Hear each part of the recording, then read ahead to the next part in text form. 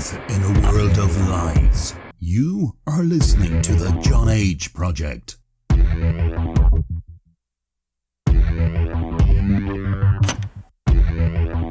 Trust no one. Trust no one. Trust no one.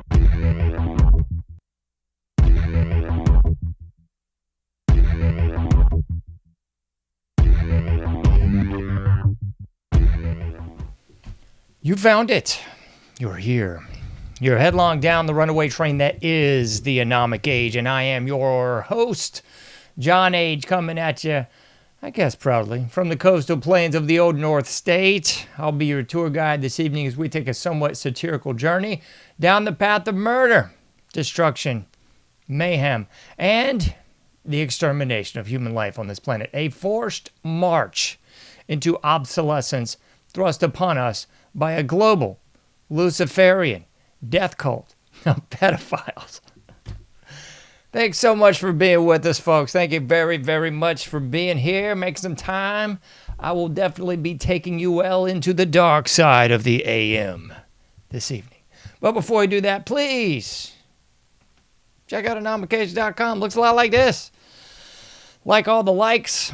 Subscribe to all the subscriptions. PayPal.me/AnomicAge. Patreon.com/AnomicAge.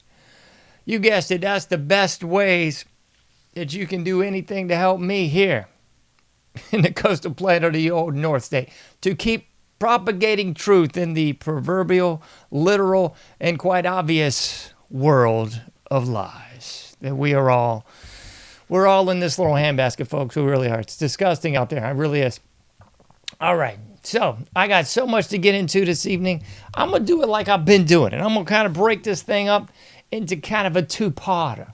I like to kind of break things up into about 30-minute increments. I know the vast majority of the American public has the intellect and the attention span of a goldfish, so it's hard to do. Everyone wants little masticated and almost easily digested nuggets of knowledge in these little short 30-second clips, so you can just send them to your friends and watch these little clips on Instagram and on Twitter and on Twitch and on everything else. But that ain't how I roll. So if that's what you're into, hey, there's plenty of other shows out there for the delusional, for the deluded, and for the downright dumb. This ain't one of them. We're going to go deep into the pool tonight. We sure are, ladies and gentlemen. We're going to start out with a little obvious. How obvious is it, John? It's this obvious. We're going to get into symbolism, rituals, and sacrifice. Symbols, rituals, and sacrifice. That's right, that's right. We're going to talk about it all night. So we're going to talk about some little symbols, some rituals, and sacrifice. Shout out to Big Reed on Instagram. I know you probably ain't listening to this, Big Reed. You don't know me, you never will. But I love your work, man. I know it's not in vogue for, what do we call ourselves now? Content creators. I just say this is a podcast about the truth. And Big Reed's dropping all kinds of truth on you, too. So if you're inclined, check out Big Reed on the Instagram. I think it's Big Reed, like 77777 something. That took his account down several times. Big surprise. But nevertheless, Big Reed's all the time dropping truth bombs. Truth grenades, truth incendiary devices, truth surface-to-air missiles, truth any way he can drop it on y'all folks. So, one thing that old Big Reed has discussed many times before is exactly what I'm going to be discussing this evening. That's right. Yeah. Rituals, symbols, and sacrifice. So we're going to delve into this whole Charlie Kirk thing for like the 1,000th time. And we're going to talk about just that, the symbolism, the rituals, and the sacrifice. I'm not really going to go broad spectrum and just talk about the obvious stuff that you should already know about our society. But we'll dance with it a little bit. We'll pick up our partner. We'll do-si-do. We'll do a little two-step, a little shaky-shake. And we'll talk about the broad spectrum of the obvious symbolism, rituals, and sacrifice has been going on in this society since, roughly 1776, a little bit before, a little bit after, I would say. So we're going to talk about it in the broader sense, and we're going to get specific and talk a little Charlie Kirk. Novel. Odd. How interestingly new. But don't worry. At about the 30-minute mark, or maybe a little after, we'll see. I will talk as long as I want to talk. We're going to get into something new. We're going to talk about David Riesman and his work, The Lonely Crowd. This is really, really, really an interesting book. A lot to really uncover in his book, The Lonely Island. I know we will not have time to get into all of it this evening. Most people will check out and just start watching sports or looking at something retarded, by like the 5-minute mark. So away with you. But alas, if you're going to stick around for the main event, we're going to talk about the David Riesman work, The Lonely Crowd. Remember last time we talked a little transition, reintegration, liminal, post-liminal, and even communitas. We might dance with that a little bit more tonight, but I want to talk about this David Riesman book. I kind of found it by accident because I was looking up something else, and I had heard about this a long time ago, and I researched it a long time, and I knew I wanted to talk about it a long time ago. But alas, things slip your mind, and you end up just moving on. But I can't recommend this book enough. Encyclopedia of Sociology. It's an oldie but goodie. I think it's like, I know I've mentioned this before on this doggone show, but I can't remember what the copyright was. It was like 1972, I believe. Nay, 1974. So anyway, good luck finding it, but if you can, it's filled to the brim with the information you need to know to decipher the morass of satanic death cultdom that we are in fact in diddly-do in. So we'll talk about the David Riesman book a little bit later, but I know you want to talk about the realness. You want to talk about, this.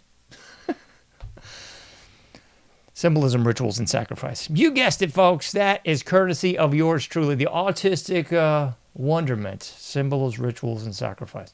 I figured the Katy Perry graphic would get some clicks, if nothing else, because I know how you people are. And if I know one thing, it's, certain things sell. The old, if it bleeds, it leads. The macabre and the provocative.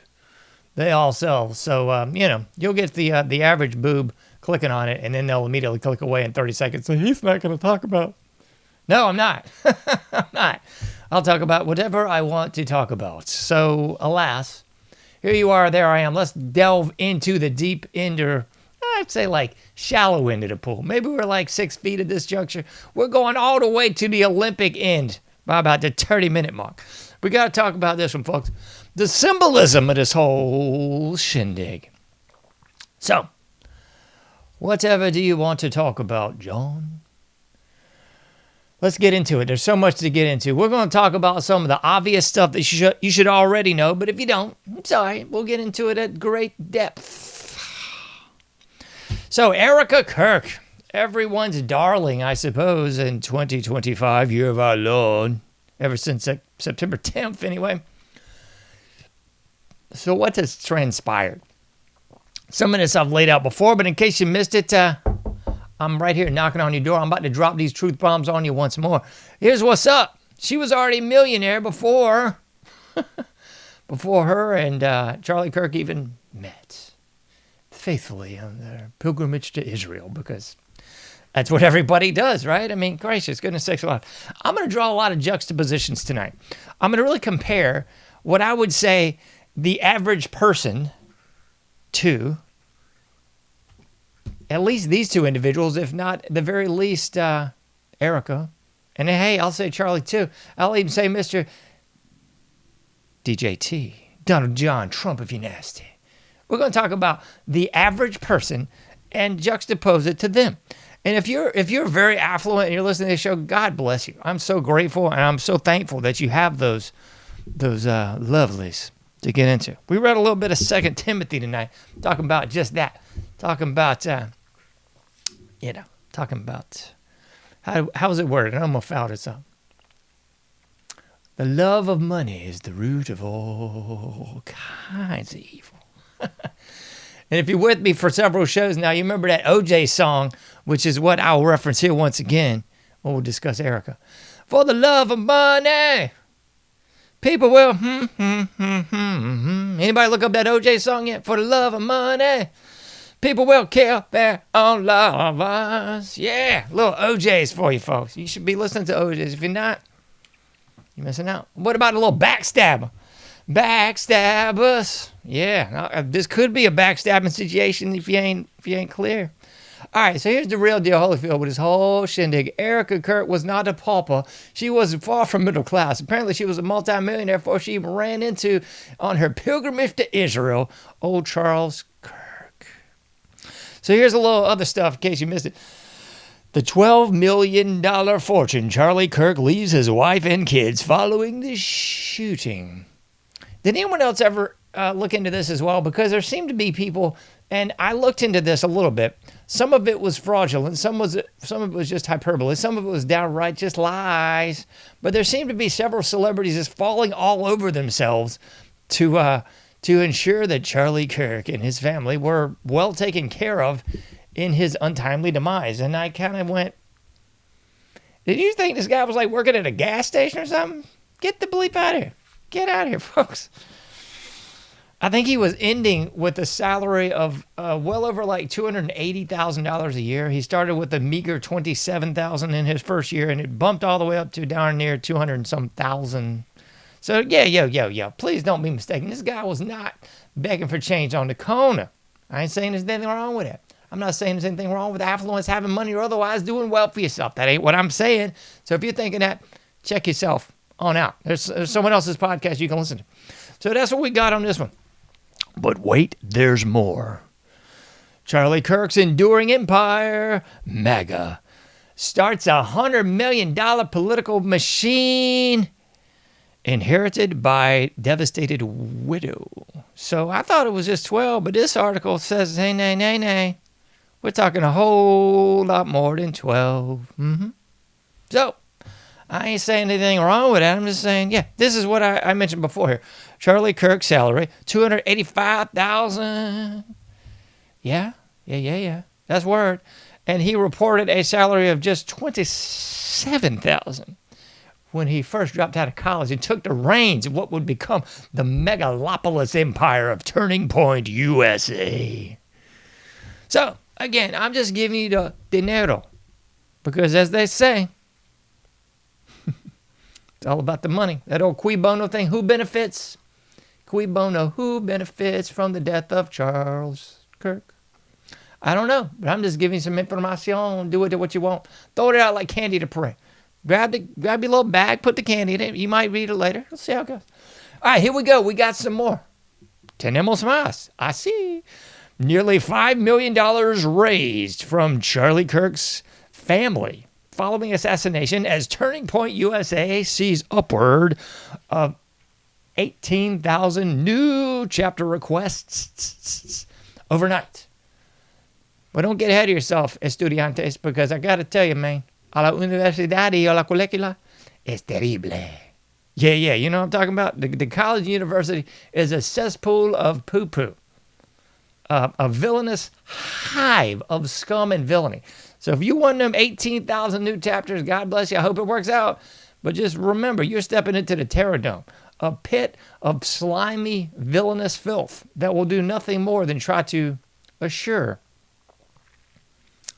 that you're not welcome. You know what I'm saying? You ain't welcome in the church of Satanists at the University. That's what I'm thinking. I don't know what you're thinking. What else we got? We got the obvious. Why does that dang thing keep doing that? It makes me crazy.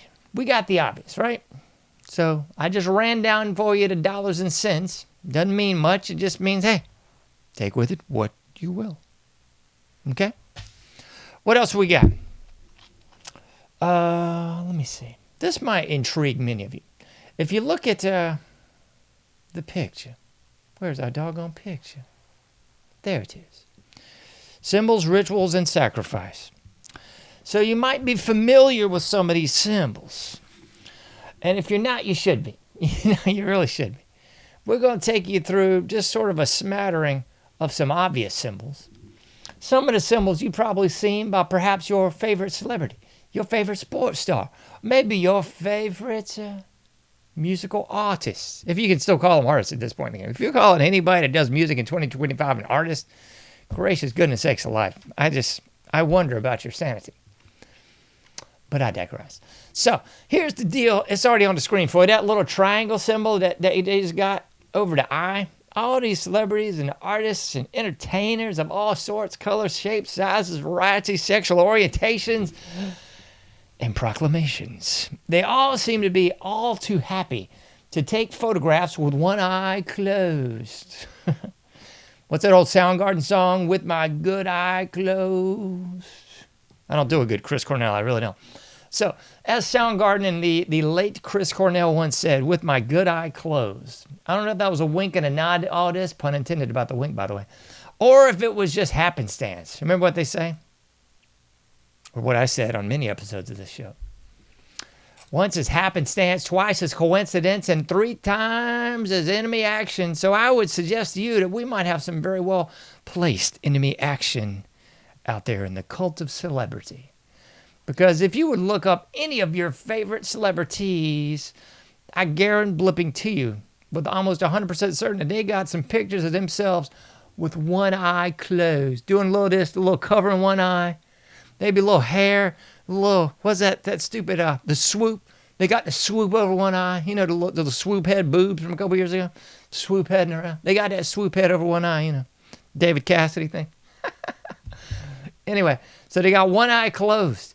And if they don't, they probably got some imagery of them making this sign. They're just sitting like this. You know, Charlie Kirk and DJT like to make that too. And apparently Elon Musk, because remember at the memorial service, old Elon and DJT were just sitting there side by side making the diamond sign with their manos.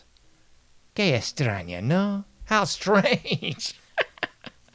Because everybody does that, right? You know, again, I'll draw you back to the juxtaposition. There's the normal people that don't do that. And there's everybody else that just seems to, coincidentally enough, be making triangle signs, left, right, center, and otherwise. Covering their eye in just about every photograph, 8 days a week and twice on Sunday. I mean, it just gets comical, doesn't it? Are we leaving something out? Alas, we are. We're leaving out the red bracelet. Ooh. Tucker Carlson, he's got his little string, his little red bracelet string. Allegedly, that means old Tucker. Alas, from, direct lineage of deep state CIA royalty. He didn't know his dad was CIA for like 20 years, right? Was that stupid laugh he does? It's so nauseating. Anyway, so old Tucker, he suddenly found Jesus. I hope so. Praise the Lord if that's the case. He suddenly figured out the deep state was the deep state. He suddenly figured out right was left and left was right, and it was all the wings of the same bird. I mean, gracious goodness sakes alive, Tucker. But we're supposed to be led to believe that old Tucker Carlson ain't deep state. No, he's on the side of the right. Whatever that means in 2025, I got to tell you. But he's also been photographed multiple times. Muchos tiempos. Yeah. With the old dangly red bracelet. Yeah, la pulsera roja, Tucker. What does that mean? It means you're for our greatest ally. And the tail of the tape tends to say that your esposa es también. Your wife might be too, Tucker. What a surprise. My goodness, I'm surprised. Which leads us to other obvious things. Jewelry. I've never been a jewelry kind of guy. It kind of befuddles me to see dudes that are into jewelry myself. But apparently it's kind of a common thing for dudes to be repping some bracelets and be repping some rings with all kinds of insignias on them, especially if you're of the Masonic order. Just ask Shaq. He's got a big old Masonic ring. He's all too happy to show you that above all the championships. 33rd degree, you know that's me. That's what House of Pain used to say. Maybe that's what Shacky Poo's saying too. I just don't know. Do you? But along with that Masonic emblems, you got to look at Erica Kirk too. Because when she was, I guess getting a camera crew to go in there and film her last look at her deceased, assassinated husband,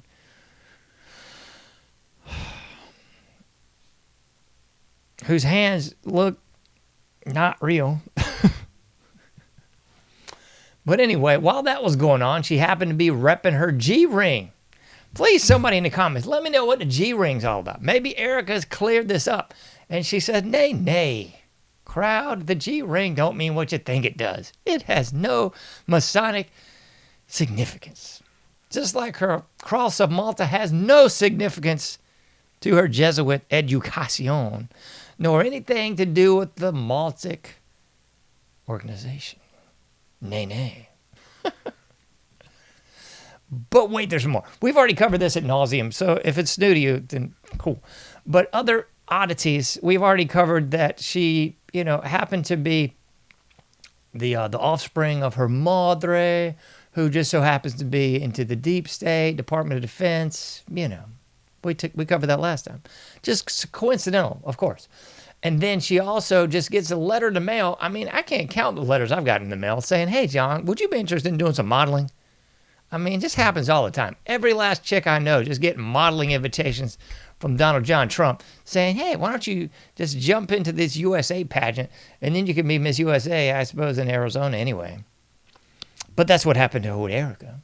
How odd, isn't it? So multimillionaire before she ever met old Charles was invited personally to be in a beauty pageant. I mean, that just always happens. Then she becomes an actress and a talent scout for old DJT, Donald John Trump. It's better done.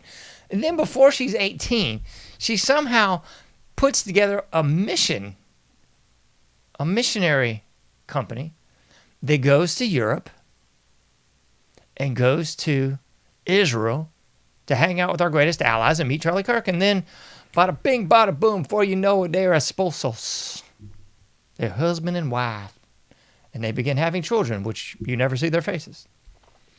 But while there, her organization was summarily asked to leave because that organization and many others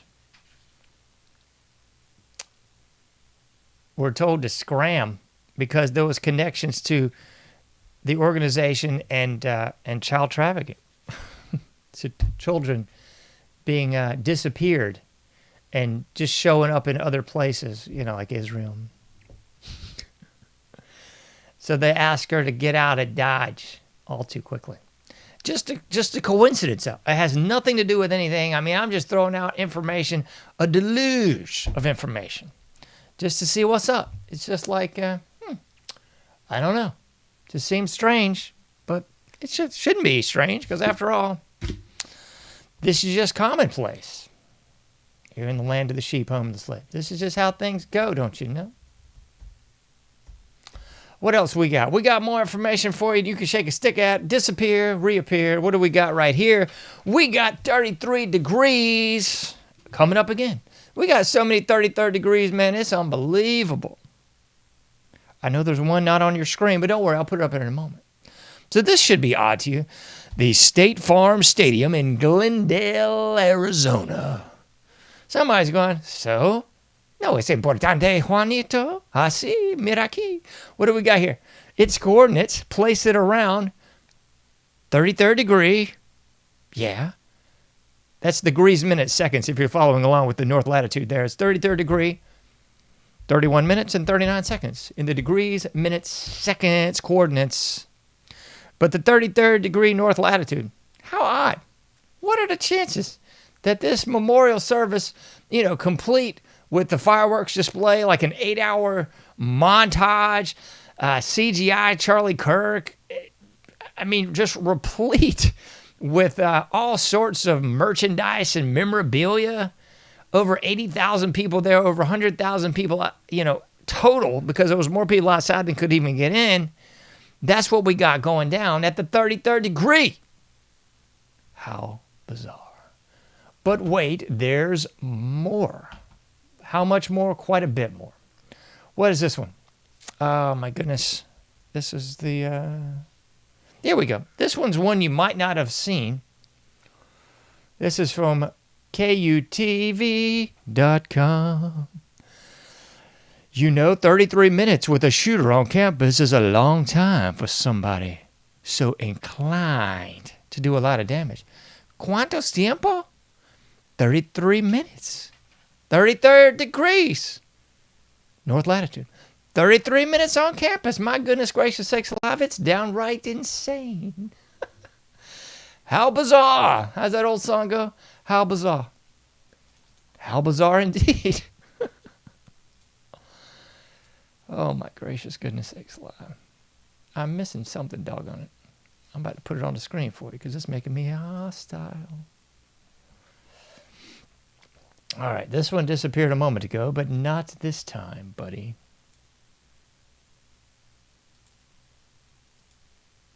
Yep, we got more. This is the one, and I've full disclosure with y'all on this one.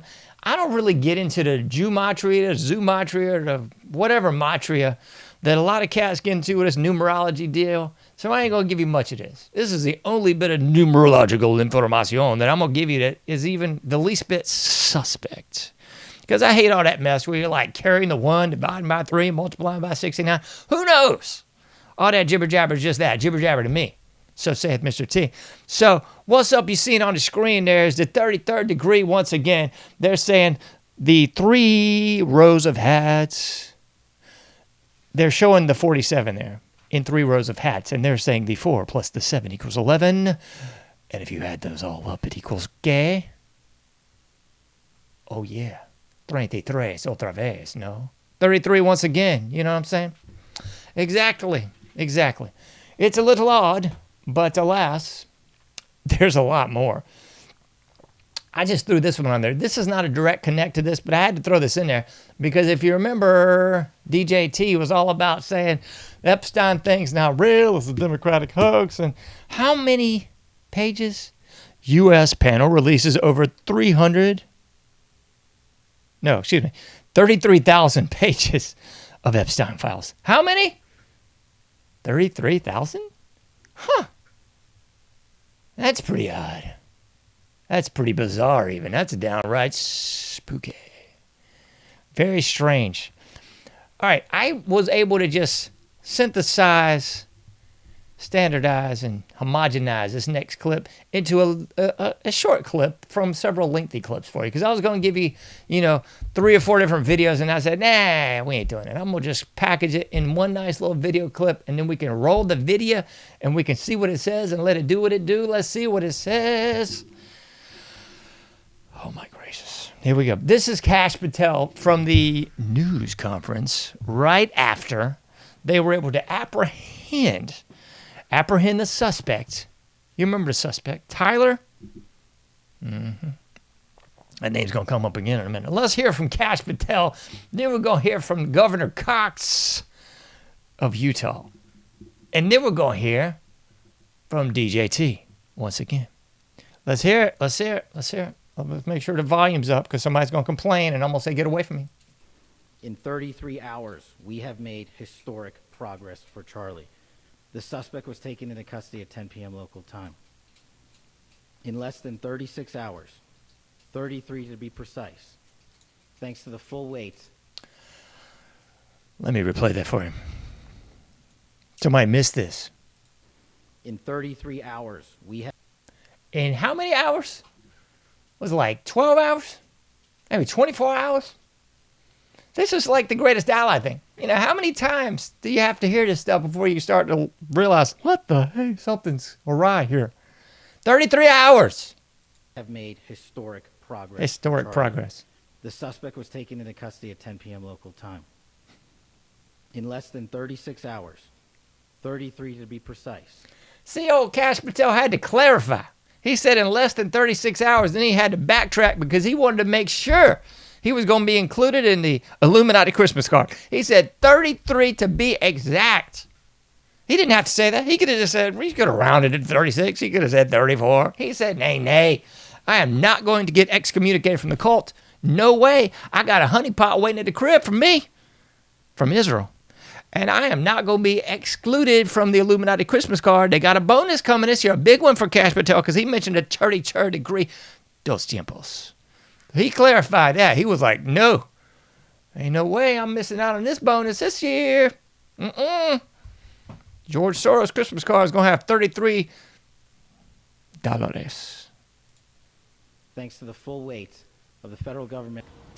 Hold up. We're about to hear from Governor Cox. This bad stuff happens, and for 33 hours, I was praying that. Does the body language and the whole lingo of Governor Cox just make you want to heave? This guy, it's like he's like all like, he's just bipping and bopping. He's like, man, I probably took some stuff before I came out here, so I'd make sure and say 33.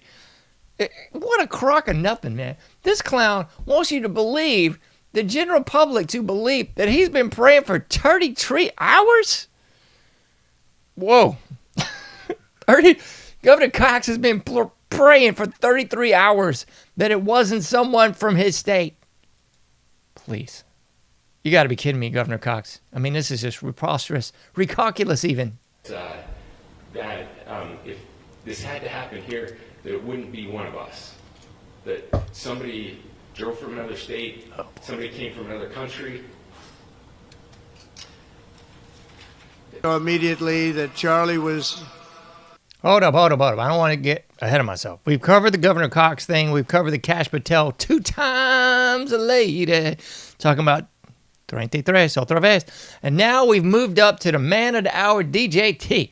So at this illustrious memorial service that looked like a rally, not a memorial service, if I croak and anyone throws me anything like this, I'm going to jump out the casket, come back from beyond the grave, and smite you all. So yeah, we had the 33-degree north parallel, coincidentally, that we were at the State Farm Stadium with over 80,000 people in attendance, marching past the money changers. Marching past the people selling product and trying to get more solicitations. And did you get the email from Turning Point about giving them some money? I mean, apparently a lot of other people did. I didn't get one. I mean, I'm not very cool, so I can't imagine why I'd be on the list. They probably looked at my tax returns and were like, whoa, we better just let this guy get what he can get, because goodness gracious sakes alive, he can't possibly contribute to our war chest. Anyway, so yeah, for real though. This is where old DJT is about to reference another hidden hand message. Let's see it. Actually a master builder. He was a master builder? I mean, what? Again, folks, juxtapose normal people that don't speak like this to this kind of jive.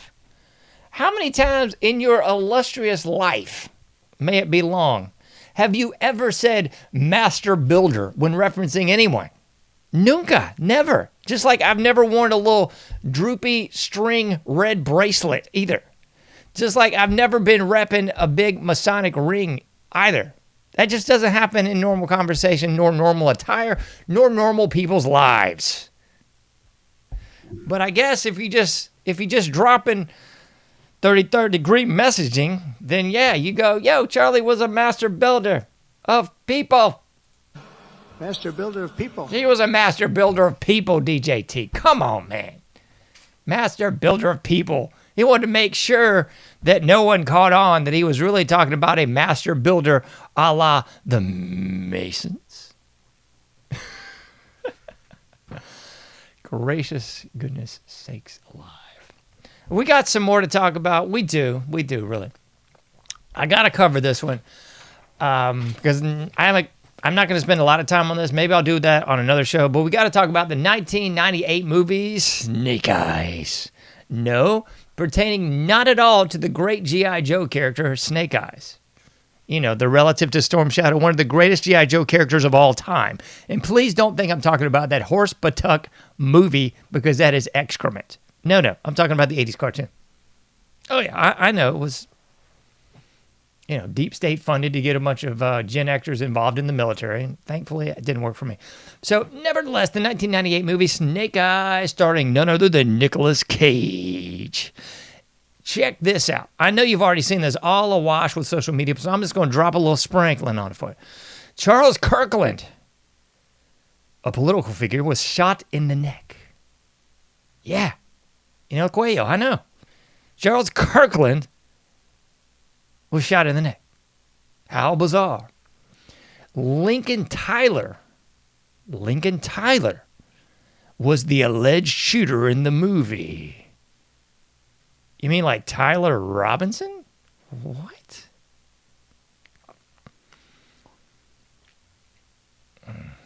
No, I'm sorry. That's not accurate. He was the boxer in the movie. I was conflating there. Don't let it conflate you. Yeah, Lincoln Tyler was the boxer in the movie. He was also labeled as the executioner. He was the boxer, the executioner. But of course, that's not at all similar to Tyler Robinson, I know. In the movie, this happened on ¿Qué día? Oh, yeah, September 10th. When did Charlie Kirk die? Yeah, September 10th. And he was allegedly executed by someone named Tyler Robinson, the executioner. Not Lincoln Tyler, though. It's kind of different, yeah. What else we got? It happened in the year of the snake in real life. And, of course, the movie was Snake Eyes. Came out in 1998. Again, I got to say, how bizarre. How bizarre. How bizarre. So to get into the ritual aspect of this whole thing, folks, in case you have not figured this out, the dark side of the Force loves to use rituals, sacrifice, and symbolism. It's everywhere. It's been replete in great societies for thousands and thousands of years. So, I mean, I'm a big fan of the Aztecs, to a lesser extent the Mayans and Olmecs. But nevertheless, if you look at what they were doing, they were using what? Come on, class, say it with me. Symbols, rituals, and sacrifice. Yes, exactly, folks. Symbols, rituals, and sacrifice. It all comes back, doesn't it? So they would do a lovely ritual sacrifice. They'd get a big crowd for this, and oftentimes it was precluded by a ball game, in which sometimes the winner and sometimes the loser will be ritually sacrificed. Big crowd, bunch of chanting, yeah, bunch of symbolism with the blood, cutting out the still beating hearts at the top of the altar, the Templo Mayor. Letting the blood flow, letting the dismembered body fall to the bottom of the pyramid to be ritualistically cannibalized by the elites and those that were taking place in the capture or slaughter of the individual. Sound familiar yet? Yeah, it's ritualistic. It's much like the Romans and much like the Greeks. You see, they had the Colosseums in Rome. The bread and circuses for the slaves. Yeah, they'd get a big crowd together and they would do what? Watch ritual combat. Watch ritual sacrifice. Is it making sense yet, folks? It should. Perhaps it isn't. So now, in 2025, year of our Lord, we don't really have such obvious harbingers of doom, such obvious symbols and rituals and sacrifice. You see, we let it play out in a bit of a pantomime because we have ritual gladiatorial events every Sunday now, right? Because after all, it's foosball season. So you get a bunch of crowded, drunken boobs together, and they put on the adornments of their favorite character. They dress in costume, and they get together and scream at one side or the other side. You know, the tribalism. And then at the end, they have the granddaddy of them all, the Super Bowl. Oh boy, now it all starts to play out because it's every single year, it's becoming more and more evident that it is just tore up from the floor up with symbolism. We got somebody covering their eyes. We got somebody flashing all kinds of hand signals.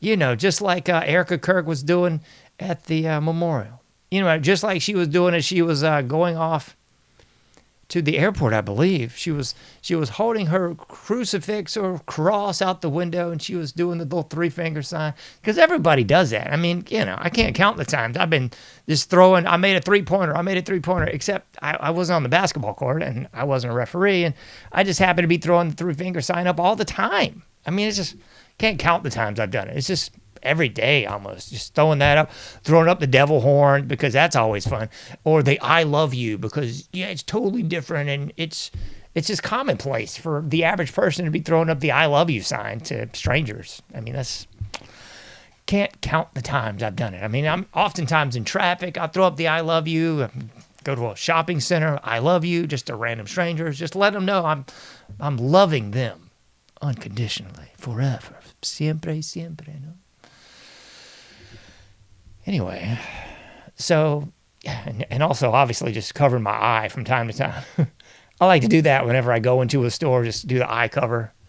Whenever I go into an airport, just eye cover. It's just sort of like a reflex action. Eye cover, eye cover, eye cover.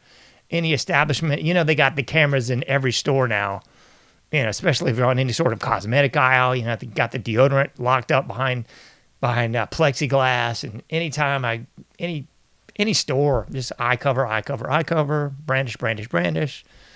It's crazy, but it's something that we all do, and we all just might as well start accepting that's the norm. So when I'm sitting, I try to man spread and do the triangle symbol with my fingers, definitely. And then if anyone comes in and wants to take a picture, you know what time it is. Yeah, eye cover time. Anyway, back to the obvious. So the foosball Super Bowl ritual is obviously the big coup de grace, when you get to throw in all the symbolism, the gladiatorial combat, the tribalism.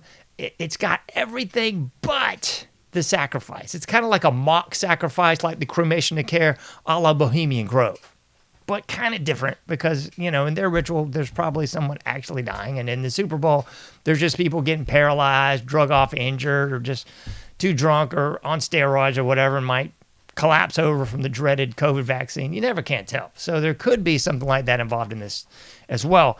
But I know that you're very familiar with the foosball halftime show. Can we put this on screen for the ladies and gentlemen, boys and girls, those of you who still identify as human?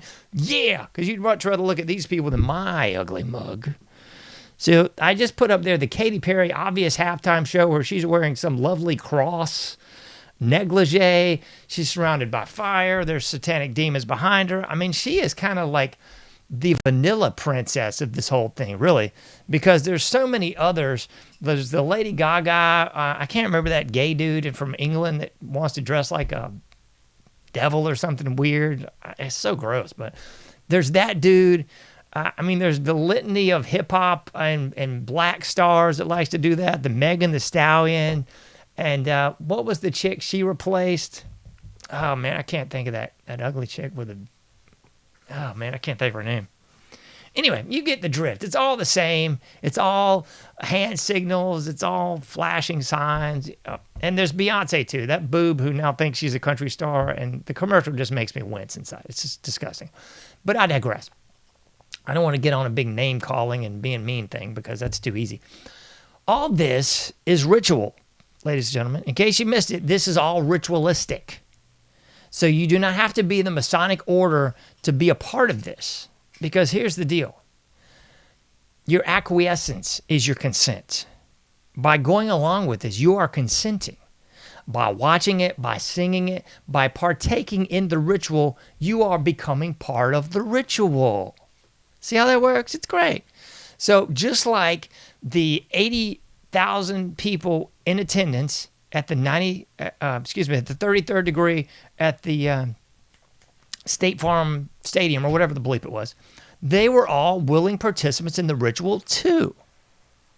That's as clear as I can make it to you.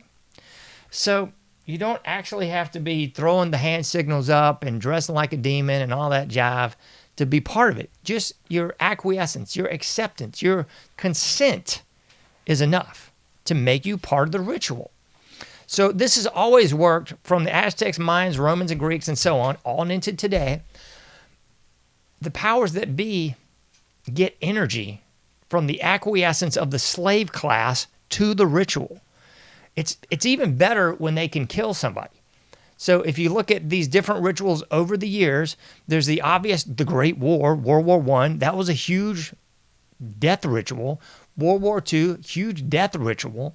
Korean War, kind of light death ritual in the grand scheme of things. And then we're right back into Vietnam, predicated on a false flag, huge death ritual. And part of it is showing you the death over and over again. So part of Vietnam was showing the dead bodies over and over again. Tom Brokaw with more dead bodies. Oh, these child killers are throwing napalm on babies. You know, all this kind of mess. This was really getting you acclimated to the world that we live in today, where I have seen Charlie Kirk get shot more times than I've seen my own wedding footage, folks. It's ghastly. But yet they show you this again and again and again and again, and just like the towers falling and the false flag of 9/11. It's part of the ritual to get the people involved, to get them emotionally invested. In case you missed my episode on the social contagion, and I would probably say more to the point, the emotional contagion of this.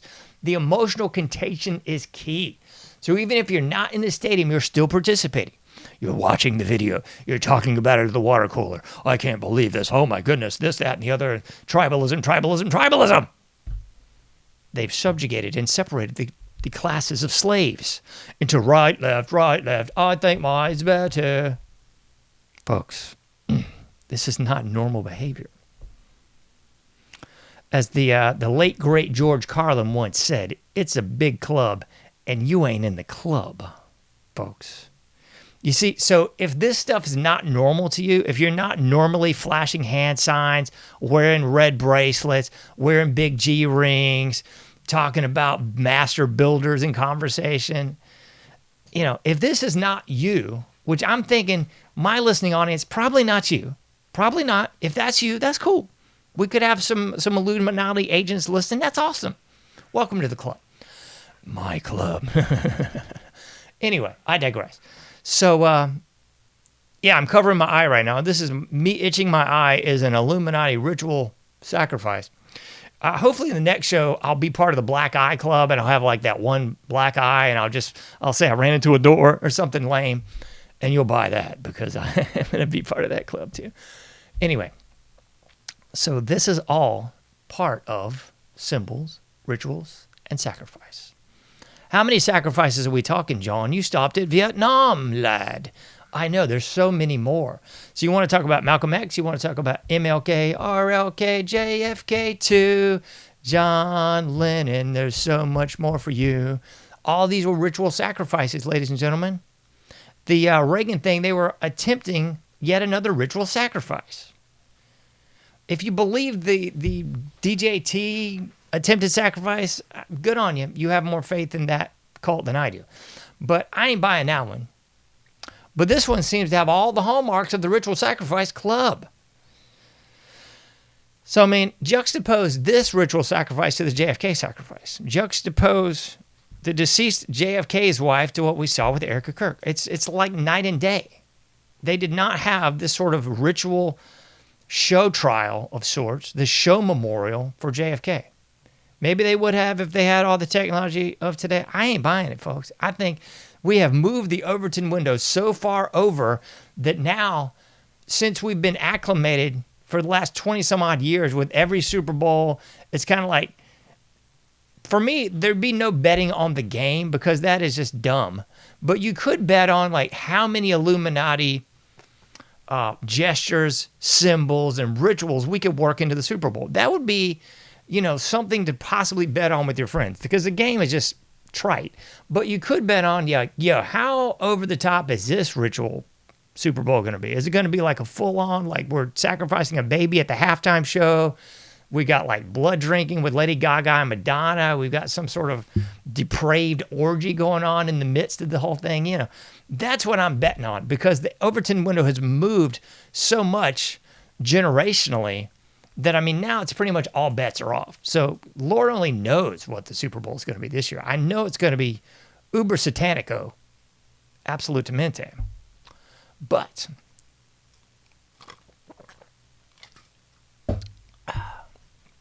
alas, I have almost talked way too much. because I really want to get into this. I don't know whether to just make this a separate show or if we're just good to go. I don't know. Because I got a whole lot more deep into the pool to talk about. Okay, so I think as a listening audience now, we're familiar with ritual symbols and sacrifice. That's easy. That's low end of the pool. It's not even deep at all. But what we got to get into is something completely different. Let's check it out. This one, we'll see if we can put this one on the screen for you, because this is what I actually wanted to talk about this evening. I kind of just got off on a bit of a jag. Don't worry, I'll scroll it up for you. The term is mass society, a term used to characterize complex industrial societies. It draws attention to the uniformity of material goods, ideas, and lifestyles. Is this making sense to you? You're living in a mass society, folks. So if you don't know that, please take note. Mass societies are often contrasted with traditional caste or elitist class societies. Hello? Am I making sense? Yeah, this is reality, Colin. I'm knocking on your door. Can I come in and maybe interest you in some Avon? Maybe some Amway? How about just some truth in a world of lies? Let's go. Mass characteristics, together with high population density and urbanization, are usually attributed to the industrial and democratic revolutions, political centralization, and the development of mass media. Yes, this came out in 1974. Mass media was not what it is today. What do you think mass media is all about right now? Let's delve back into the pool. The press, radio, television, and widespread literacy. That was back when people actually knew how to read. Good grief. Living in the land of idiocracy now, I am fairly confident that most of society doesn't know how to read at even like a fourth grade level. Definitely can't write because all they do is short, little jumbled up nonsensical speak for the mentally retarded. But, once upon a time, people knew how to read and write tambien. Oh, my gracious goodness. Mass production, large-scale organization, and rational bureaucracies are symptomatic. But wait, there's more, because this is where it really gets good. Somebody's already tuned out. Good. Be away with you, imbecile. Critics of mass society emphasize its impersonal aspects. What? Impersonal aspects? You mean like in 2025 when people allegedly have more friends than ever on social media, but no real friends in the real world? Yeah, I think that's what he's talking about. What do you think? Its impersonal aspects and the ease with which the resulting dehumanized, fragmented, and isolated individuals can be what? Can be manipulated commercially and politically. Ooh, I think I have thus hit a nerve. Dehumanized society, anyone? Take a look around you. Fragmented and isolated individuals that can easily be manipulated by what? The commercial and political environments of which we live. If you're not picking up what I'm putting down, please rewind this track and listen to it again. This is the mass society of which we currently live. This is it. We have become a mass of morass, a mass of dehumanized, fragmented, isolated individuals, little incels that are so easily manipulated by the winds of change. No, I'm not talking about the scorpions and that winds of change. Nay, that was a propaganda piece, by the way, in case you missed it. And the winds of change, yeah, that was a propaganda piece, 8 days a week and twice on Sunday. Good song, but nevertheless, pure propaganda. So, yeah, people are so easily swayed by the winds of change from the right, from the left, from the otherwise. They're easily controlled, folks. Please pick up this. Easily controlled, don't even begin to describe it. That is the current society. That is the mass society that we live in. Easily controlled, easily pliable, It's just downright sick. But wait, there's more. That was really just the primer. What I wanted you to dip your little tootsies in the water and get your feet just a little bit wet for the realness. I know people aren't ready for the realness, so it's okay. You can watch sports. You can just listen to some music on YouTube. Just bang your head against the wall. Slam your face in the door. Whatever it takes. It's just away with you. If you can't handle the truth, that's fine. There's plenty of other shows that'll just give you the pablum that you probably deserve. What we really got to talk about is this one. The Lonely Crowd. Again, I kind of found this again by accident, but a great piece, and I highly recommend it. Not because this guy is some sort of conservative, right-wing Christian. No. Lord have mercy. Look at his last name. You know he's not christened. But he's highly influenced by the Frankfurt School, by that critical race theory. I know. But bear with me a minute. Don't throw the baby out with the bathwater, because this book's actually pretty spot on. So much to get into. My gracious goodness, I've got darn near a page of notes here. The Lonely Crowd. This is a 1950 book by David Riesman. He was attorney turned in social scientist, a.k.a. sociologist. Not a cultural anthropologist. No. Not a psychologist, but a sociologist. Yeah. Anyway, so check this out. This is where it gets good. Because this is a 1950s book that breaks down society into 3 different distinct cultural types. So this joker died pretty early on. Let me see when old Riesman died. Oh, come on. I feel like it was 1982. I could be mistaken. That's kind of neither here nor there with the validity of his work. But nevertheless, and also taking into account The Lonely Crowd, it was kind of a title pushed on him by the publisher. Doesn't really have a bleep of a lot to do with the subject matter that he was trying to convey, nor what he was studying. So here goes. He broke it down into 3 different distinct cultural patterns. Number 1 being the traditional directed crowd. He would say it was kind of old school. He was looking at the current society. Keep in mind, this is 1950, so he was around for quite a while. He was around sort of at the cusp of the Industrial Revolution, and that's what he began writing about. So the traditional directed crowd would be those that are kind of stuck in the old ways. They obeyed old traditions. What a concept, huh? Less likely to thrive now, and now being in the 1950s, but you could also say now in the 2025 year of our Lord. So he was saying less likely to survive in the information age that was on the precipice at 1950 and would only grow exponentially in the 60s, 70s, 80s, and beyond. So the traditional crowd was just that, stuck in their old ways, very much in the traditional vibe, if you will, bruh.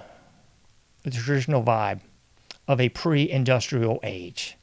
Here's a kind of funny on this one, because he was saying some of the cultures that he would pigeonhole, peg, or otherwise put in the traditional directed would be the Native American or Indian Hopi. All right, maybe. He was also saying the Chinese, I guess. I mean, they were in the throes of the Maoist cultural revolution about the time this book came out. Also, he was also suggesting that the Hindus would be stuck in that traditional directed societal cultural clip, according to David Riesman. But wait, there's more.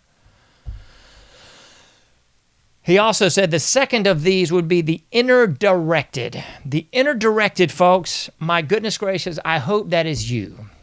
If it's not, work your way into inner directed. Here are some characteristics of the inner directed. They discovered their own inner potential. Through what? Through introspection. Yeah, what a concept. They did not act in accordance with societal norms necessarily. In fact, they looked inwardly and chose their own norms based on their inner reflections. What a concept. What else? Based on what? I'm sorry, I can't even read my own notes here. Based on what distinct characteristics they had, basically, is where they were getting their norms from.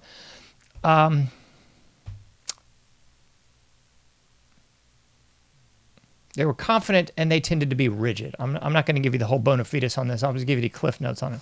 They were very confident and tended to be a bit rigid. They knew themselves. They knew their place in society. They placed themselves in that society based on what they knew, basically from their childhood and their own rearing from their parents. What a concept.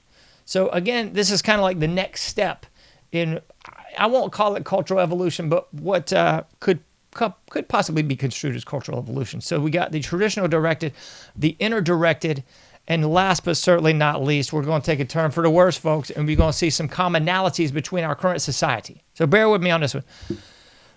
Post-industrial revolution, we seem to see these things arise. We see the rise of the middle class. True.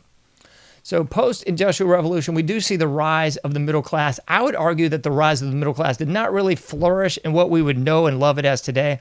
I mean, it's an echo of what it once was, so don't even take that as real. But the real rise of the middle class would occur post-World War II. While Europe and the rest of the world was kind of in ruins, America rose to the top. Baby boomer generation flourished. The Americana classics of the 1950s were just beginning to be on their way. But he's arguing that after the Industrial Revolution, we see the rise of the middle class. We got institutions would become secondary in society. We would see a move away from more tradition and definitely traditional values. We would see a move away from religion. We would see a move away from the family structure. Am I making sense yet? Another big problem is we begin to see a more malleable society. People become more malleable and more likely to join the fold and be more like others. With this, we see the rise of the nefarious, horrible happenstance, what we're living in today, what he termed as the other directed. The other directed have all these characteristics, folks. Put down your coffee, pick up your pencil, take some notes on this. This is important. What are the other directed doing? Well, they're more malleable. They're responding to social forces. They're not really living their lives based on morals, norms, religious, nor family values. Nay.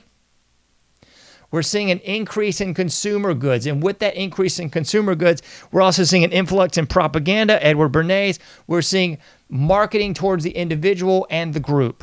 The group collective, the AKA Borg, is on board. We're seeing people buying not out of necessity, but out of habit. Not out of necessity, but out of want. So marketing is beginning to take place. People are not look out, not in for social cues. So people are looking extrinsically, not intrinsically, to get their cues for what is right and wrong. They're not looking at mom or dad anymore. They're not looking at the religion. They're not looking at the social institutions. They're looking at the marketing. What are their friends doing? They want to accommodate in order to gain approval. Are you seeing that in our current society at all, folks? I think we are. How are we seeing that manifested in today's society, folks? Anybody? Feel free to fill the comments with these. Today's society, we're seeing that left, right, center, and otherwise. Because people are doing things to gain approval. They're doing things to gain likes. They're doing things to get the dopamine drip. They're doing things to get the approval of their friends, of their peers. We're seeing large-scale organizations really like this kind of malleable person because they're not an individual. They're the Borg. They're the sheep that can be easily led. You don't see any alphas. You just see betas. You see people that want to go along to get along. They want to fit in. They want to be like everybody else. Here's a quote from this book. I'll read it to you. The other directed person wants to be loved rather than esteemed. Yeah, write that down, gold star, underline it. The other directed person wants to be loved rather than esteemed. Not to control others, but to relate to them. Yes, we have virtue signalers in real life and in the intro web world too. Virtue signaling so I can get approval. I can get credence from my peers. Don't want to rock the boat. Don't want to be left out. We want to be accepted. We want to be part of the in crowd. By the 1940s, the other-directed dominated society and grew, defining self by other standards and not by yours nor social institutions. We're seeing this punctuated by deficiencies in leadership, self-knowledge, and human potential. Are we seeing that in 2025, ladies and gentlemen? Just throw out some thoughts. Things that make you go, as the great Arsenio Hall would often say. We're seeing a real rise in the work-leisure dialectic, and we're seeing all this exacerbated by the mass media and peer groups. What he's talking about in this book between the work-leisure dialectic, he's saying that people now have leisure time. They're middle class. They have leisure time. So how cool you are is predicated on keeping up with the Joneses. Oh, well, you know, Bill posted these pictures online of him and his family in Cancun. You know, they must be doing really well. And you get this wealth envy. You get this class envy. You get this not keeping up with the Joneses mentality. This sprang from this book, The Lonely Crowd. This was really outlining what was going on with the other directed. Keeping up with the Joneses, keeping up with your peers, keeping up so you can fit in. We better go on a vacation too because, you know, the Joneses went on a vacation. It's like that old Circle Jerk song, Mr. Jones and Neighbor Sam. Keeping up with the Joneses. That is our current society. Virtue signaling. That is our current society. People predicating their own self-worth based now not just on the others, but based on the AI version of the others that they perceive to be real that ain't nothing but a crocodile. Yeah, because now you got filters, you got all kinds of AI. You've seen this all over your social media the last 24, 72 hours, folks. Now you can download an app and put your face on whatever incarnation you want. This ain't even new tech. This is old tech. But it's now somehow new and in vogue to the slave class. So now it's like, oh my goodness, I can put Mariah Carey's head on Mariah Carey's body, and it'll move and articulate and gestate and everything else. Sorry, not gestate. Scratch that. Maybe, but no. It can act just like your head. That's what I'm trying to say, folks. Gesticulate and undulate. Those are the two other A's, not to be confused with gestate.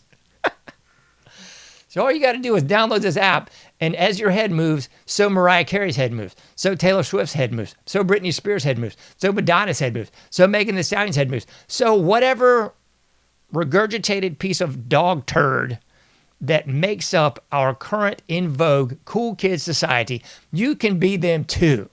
With the right app, you can trick your friends, you can catfish people, and you can just be whatever you want to be.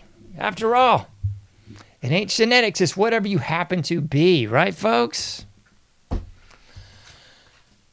Oh, man. The other directed has taken hold. The inner directed is just a scant memory, a bookmark in time, because now we are absolutely living in the realm, the Borg, the hive mind of the other directed. A complete culture, society, and nation that bases its worth on what other people perceive it to be. In psychology, it's called the looking glass self. Check that out. It's important. Looking glass self. How you perceive yourself is based on how you view others' views of you. What? Yeah, that's how fouled up our society is. That is the looking glass self. So we get the dopamine drips based on other people liking us, not on who we really are, not on who God tells us we are, who we perceive ourselves to be through the lens of others. And now it's even more bizarro world fouled up because it's how others perceive us in the bizarro world satanic death cult of social media. Mind truly blown. We've thrown out a lot of deep into the pool stuff, folks. We've talked a little looking glass self. We've talked about inner directed, trad directed, and other directed through the lens of David Riesman's book, The Lonely Crowd. And we've, of course, talked kind of shallow into the pool with the symbols, rituals, and sacrifice. Whew. I don't know about you, but I'm sweating. The good news is it's supposed to be a little cooler tomorrow in the coastal plain of the Old North State. Please, Lord, give us some cool. All right, we have gone deep into the pool enough this evening. I'm sure most of you are gone. Most of you are crying or something. I don't know. That's fine. Hopefully not. Hopefully the realness is here. The real audience is here. Thank you so much, those of you who are still sticking around with me. Thank you so much for those of you who tuned in to this show tonight at 11:40, taking you into the dark side of the AM. We're sitting at 1:56 Eastern Standard Time. That's it. That's all. I am out. You can't do everything, but you can do something. I'll be seeing you sooner than later. And by that, I mean Tuesday and Thursday, 11:30 to 12:30 p.m. Eastern Standard Time. You can't do everything, but you can do something. Please try to get out there, do your part, make a difference, and I'll be seeing you sooner than later in the Anomic Age.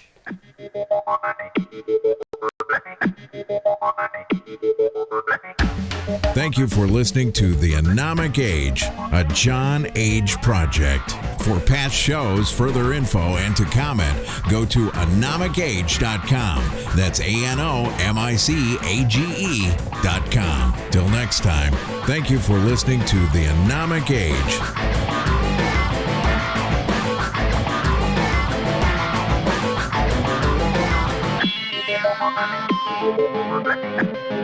Thank you.